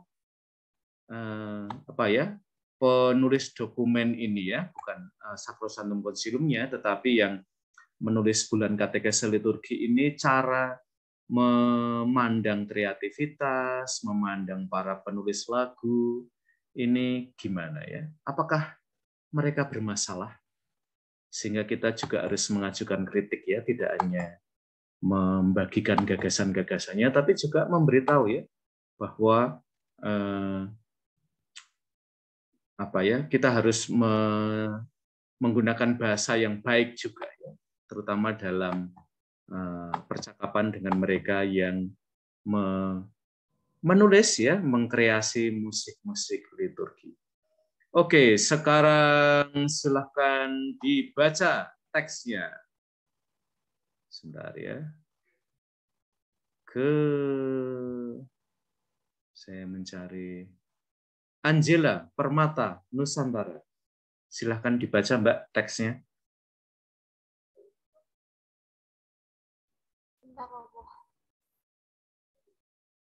Silahkan.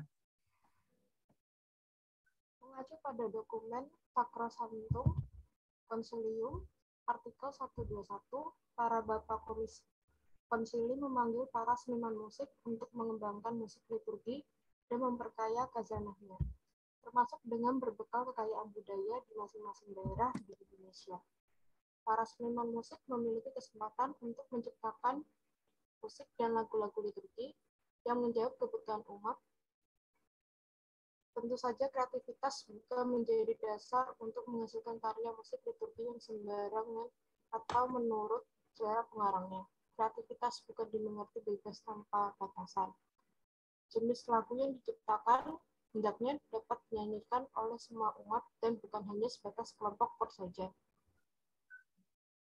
SC Art 121 mengatakan, hendaklah mereka mengarang lagu-lagu yang mempunyai sifat-sifat musik suci yang sesungguhnya dan tidak hanya dapat dinyanyikan oleh paduan-paduan suara yang besar, melainkan cocok juga sebagai paduan-paduan suara yang kecil dan mengembangkan keikutsertaan aktif segenap umat manusia. Oke, silakan. Kamu mana bagian yang kamu anggap penting dari tulisan ini?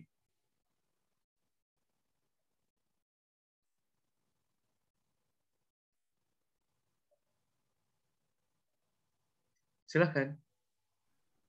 Yang bagian kreativitas bukan menjadi dasar untuk menghasilkan karya musik liturgi yang sembarangan dan menurut selera pengarangnya.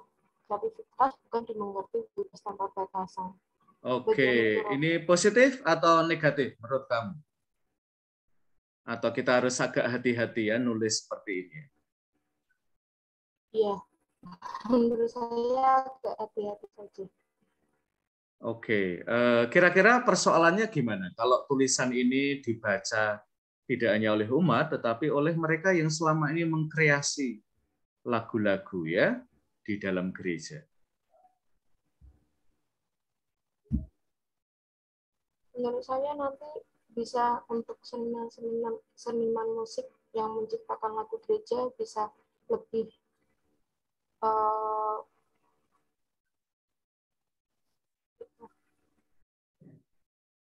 Ya, gimana para seniman musik di dalam gereja? Bisa lebih mencermati apa isi dari lagu yang akan dinyanyikan nanti. Oke, ya, terima kasih. Saya akan minta pendapat lain ya.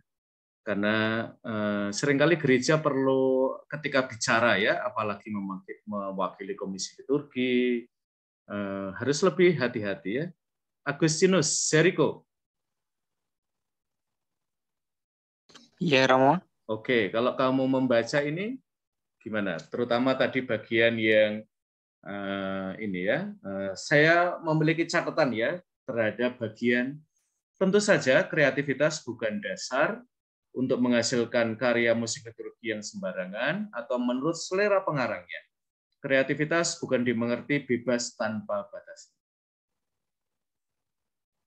Silahkan, Seriko.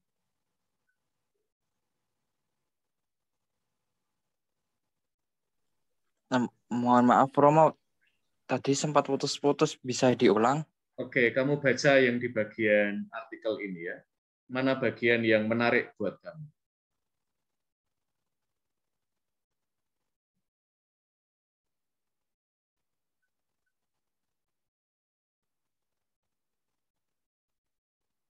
Sudah ketemu bagian yang menarik?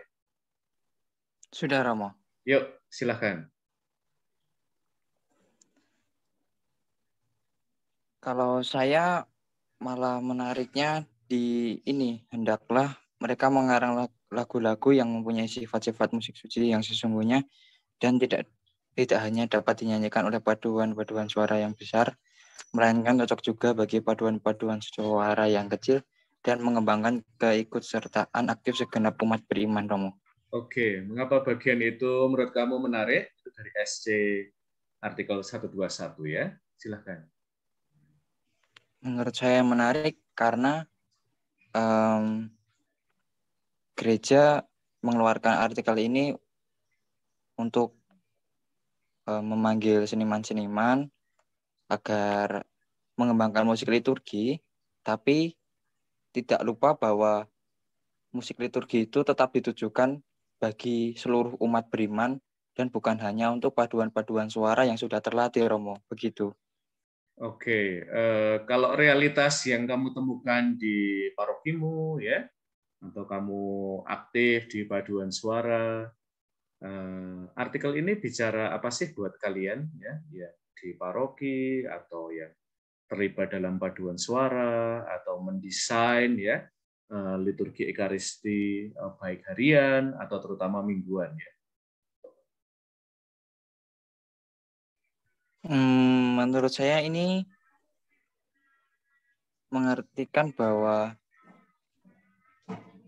kita bisa berkreasi sih, Romo, bisa berkreasi untuk membuat lagu-lagu baru, tetapi tetap harus memperhatikan beberapa hal, Romo. Begitu. Oke ya, jadi teman-teman produksi lagu, apalagi lagu liturgi ya, itu harus terus-menerus dilakukan. Dan ini yang kadang-kadang agak menjadi masalah ya, bahwa antara kebutuhan lagu liturgi dengan ketersediaan itu masih menjadi persoalan, sehingga kadang-kadang menjadi tidak terelakkan ya dalam situasi darurat, lalu terjadi pinjam-meminjam lagu ya. Maka misalnya kalau kita misalnya punya catatan terhadap peminjaman lagu, terutama dari lagu-lagu Kristen yang kita pandang mungkin secara teologi mungkin tidak mungkin menekankan sisi tertentu dari iman Kristiani, dan kita pengen bahwa semua sisi ya dari iman Kristiani itu diberi tekanan, maka mau tidak mau ya kita perlu mendorong produksi lagu-lagu ya. Lalu yang kedua adalah diharapkan bahwa produksi lagu-lagu ini tidak hanya untuk mereka yang paduan-paduan suara yang profesional ya, yang besar, yang punya semua yang dibutuhkan ya untuk menyanyikan lagu itu, melainkan juga untuk kepentingan ya kor ya, mungkin kalau mereka disuruh paduan suara juga mereka bilang kami kan sederhana, lebih kecil gitu ya. Lalu setelah itu juga seluruh umat ya, jadi tidak hanya dinyanyikan oleh kor, melainkan seluruh umat itu terlibat dalamnya. Maka kalau ada lagu-lagu baru ya perlu disosialisasi ya. Misalnya di Gereja Kota Baru itu untuk bisa dinyanyikan pada Ekaristi hari Minggu mulai dilatihkan ya sampai umat punya keakraban dalam Ekaristi harian. Nah, itu adalah salah satu hal yang penting. Lalu yang kedua adalah agar kita tidak selalu ini ya memberikan cap yang negatif terhadap kreativitas seniman. Ya. Jadi apa ya kecenderungan untuk melawankan lagu liturgi dengan kreativitas seniman sebagai sembarangan menurut selera mereka buat saya tidak membantu. Itu catatan saya ya. Ini dari Katekese Liturgi Keuskupan Agung Semarang ya tempat kita berada. Oke, sekarang kita lanjut ke memilih nyanyian liturgi ya. Yuk, sekarang silahkan siapa yang membaca ya. Maria Realita Deskinanti, silahkan dibaca.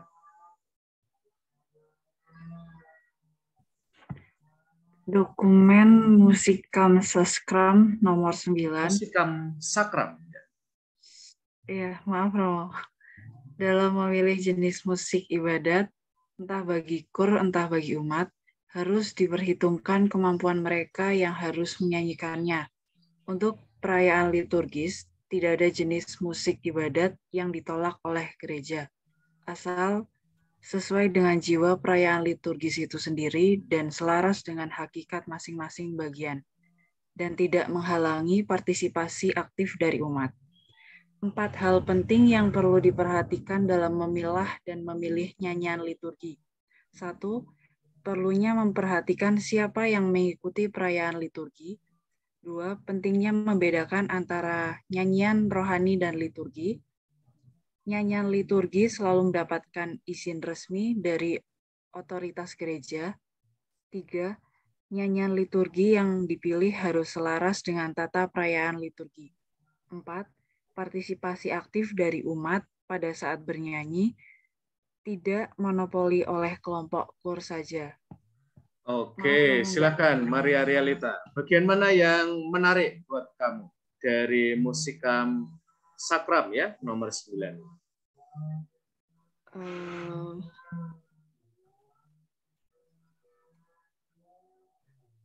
Lebih ke poin yang pertama sih Romo. Perlunya memperhatikan siapa yang mengikuti perayaan liturgi. Ya, misalnya kalau dalam konteks parokimu ya, ini kira-kira bicara apa? Poin 1 ini ya, perlunya memperhatikan siapa yang mengikuti perayaan liturgi. Ya, karena kadang kurnya itu udah kayak nampilin yang bagus, kayak bisa membawakan lagu dengan baik dan benar, tapi kadang ada umat yang udah pede nyanyinya keras, tapi itu beda sama yang dibawain oleh kur Romo. Itu kan jadi kayak ada pembedaan antara kur dengan umat yang hadir. Seperti itu Romo. Ya, misalnya dipastikan ya bahwa teks yang dimiliki kur dengan teks yang dimiliki umat itu sama ya, sehingga tidak ada yang dikecewakan. Lalu misalnya memperhatikan yang mengikuti perayaan liturgi, misalnya ini ya, ini terutama baik ya, terutama kalian yang barangkali lebih terekspos ya oleh lagu-lagu yang lebih internasional ya, misalnya dalam bahasa Inggris ya. Sementara misalnya sebagian besar umat mereka kurang familiar dalam bahasa internasional ya, maka perlu memperhitungkan ya proporsi ya. Misalnya wedding sekarang ini banyak banget ya. Saya beberapa kali memberikan catatan ya untuk pasangan yang mau nikah, karena misalnya mereka memilih bahasa Inggris semua ya. Dan saya bilang ya, buat kalian mungkin tidak jadi masalah, dan itu memang lagu-lagu pilihan kalian ya. Tetapi persoalannya adalah untuk umat, apakah semuanya bisa bahasa Inggris? Kalau tidak bisa bahasa Inggris, ya kalian harus memperhitungkan itu ya. Oke, terima kasih. Kita lanjut. Ekaristi Kudus, sebuah pertunjukan. Sekarang silahkan, siapa ya? Saya mencoba menyapa sebanyak mungkin dari kalian.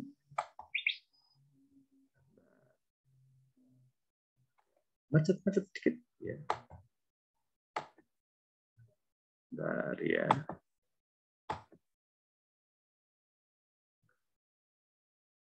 Dion Kurnia Jati, silahkan dibaca Dion.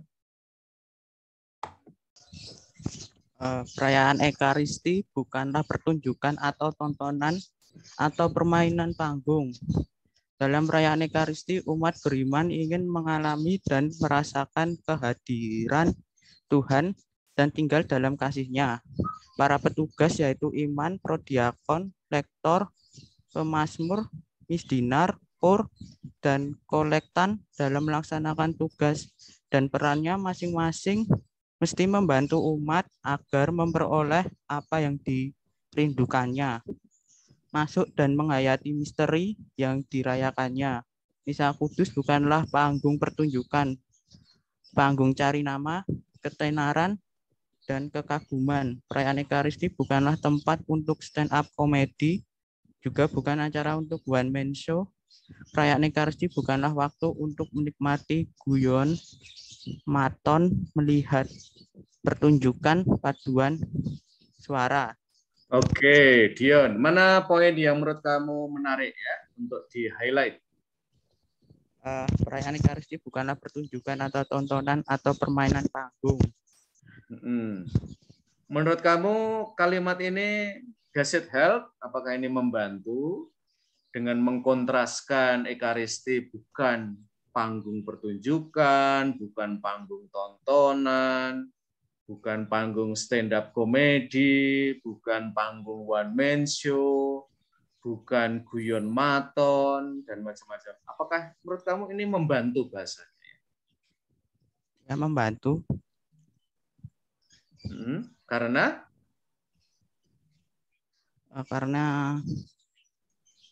Karena perayaan Ekaristi itu suci. Perayaan Ekaristi itu suci. Tapi mengapa harus omong tentang stand up komedi? Untuk omong bahwa perayaan itu suci. Mengapa harus menyebut one man show, guyon maton, nonton pertunjukan, panggung, dan seterusnya? Mengapa tidak omong aja perayaan Ekaristi itu suci? Apa ya? Karena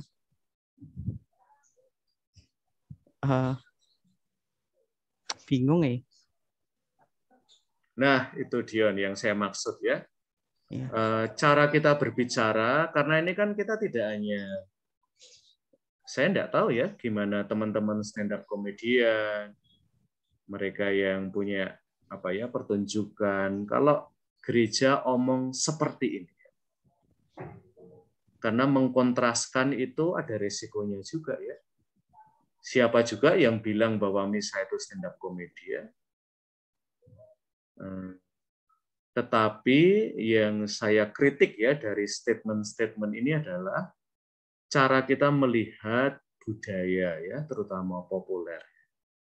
Mengapa sih gereja harus selalu menempatkan diri dalam konfrontasi dengan membuat perayaan Ekaristi itu tidak hanya dibedakan, tapi dikontraskan ya dengan hal-hal ini. Mengapa kita tidak punya sikap yang lebih positif ya?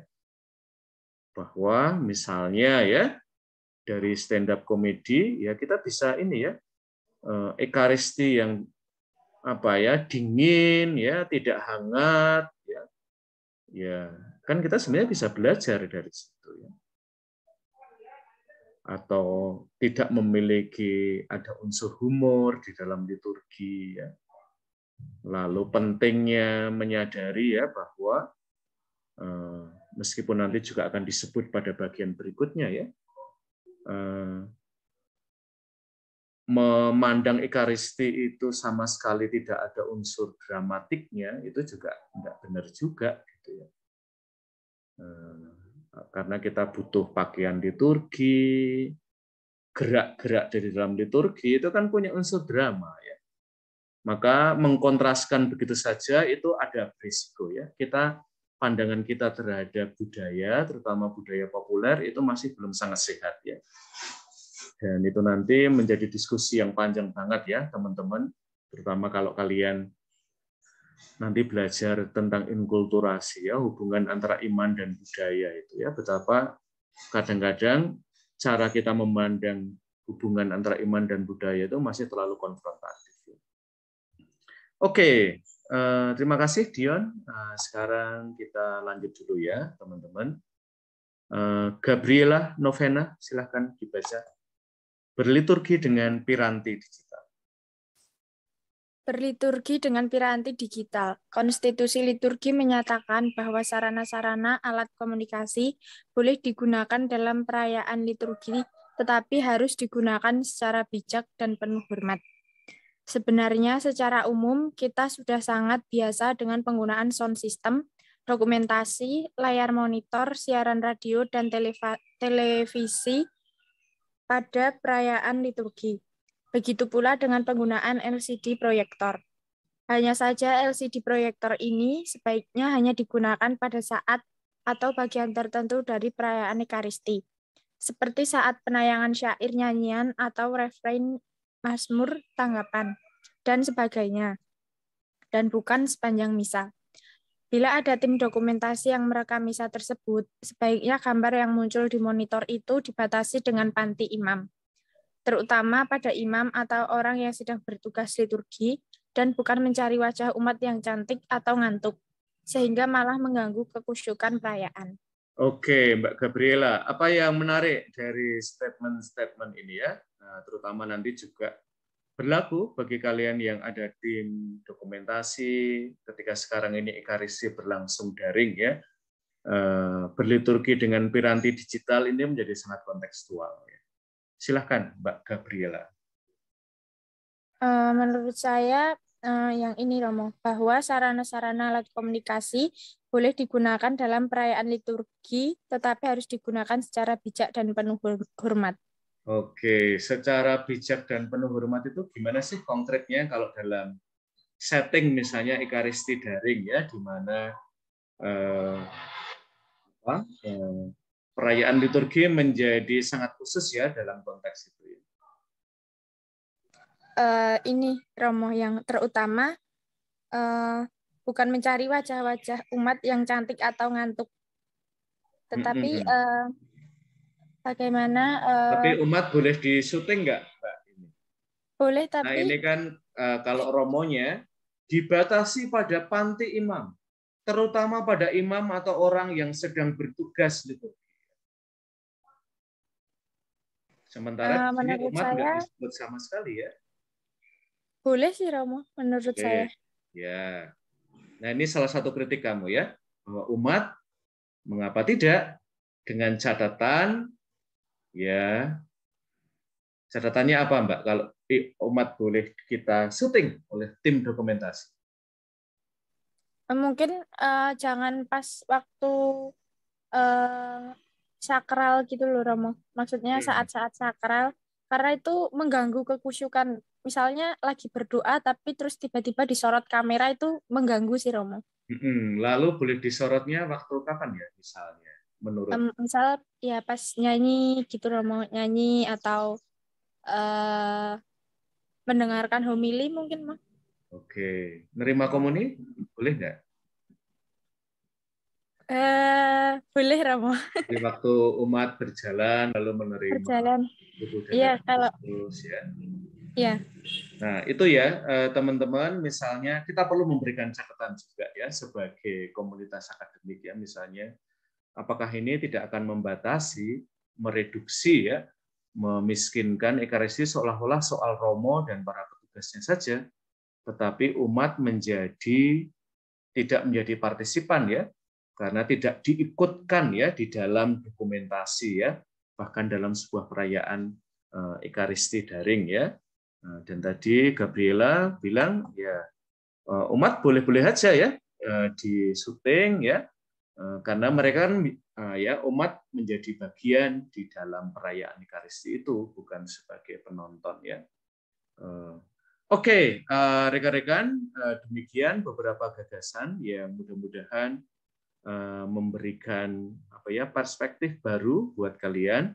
Nanti teman-teman, terutama yang tertarik pada penanggalan liturgi dan bagian-bagian lain, silahkan kalian mempelajari sendiri ya. Apakah ada pertanyaan terakhir sebelum kita bubar ya? Sebelum IT Misa S ya, pergilah kalian diutus.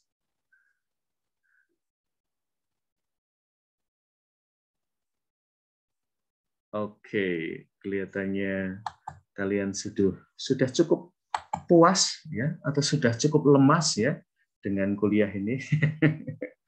Oke, rekan-rekan, minggu depan saya akan mencoba melihat ya, apakah masih ada materi terutama dari bulan katekesi liturgi yang pantas untuk kita angkat ya. Setelah ini nanti saya coba bagi kepada kalian versi yang lebih lengkap ya dari buku itu, sehingga kalian bisa baca-baca juga ya.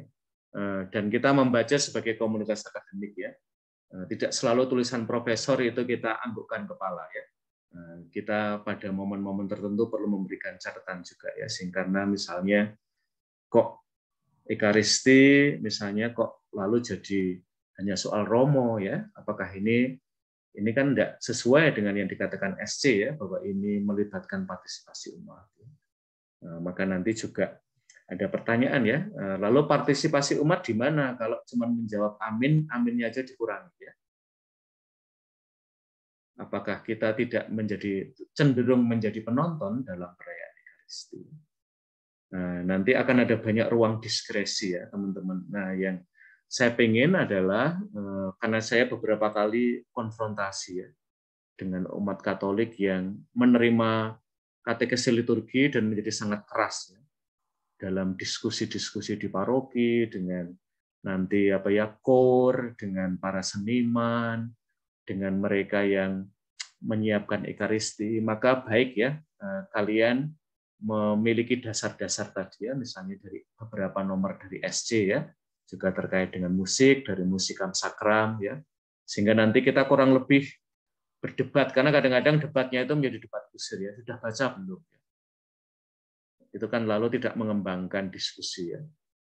Dan ya kalian bisa, saya pernah dapat kuliah ini ya, ada SC 7 ya, lalu SC yang lain ya, dan juga dari dokumen yang terkait dengan musik liturgi. Semoga membantu kuliah hari ini, dan ingatkan saya kalau saya lupa ya, setelah ini saya akan membagikan 2 teks dari 2 keuskupan. Nanti saya coba cari ya, apakah keuskupan lain atau ada dokumen lain yang bisa kita gunakan untuk mata kuliah pengantar liturgi kita. Oke, teman-teman, terima kasih sekali atas partisipasi kalian. Hari ini banyak sekali yang bisa saya ajak ngobrol dengan kalian, meskipun pendek-pendek ya. Semoga meningkatkan partisipasi kelas kita. Terima kasih semuanya, dan IT Misa S, pergilah kalian semua diutus, guys. Amin. Terima kasih Romo. Terima kasih Romo. Terima kasih Romo. Yuk. Terima kasih Romo. Saya tutup ya guys.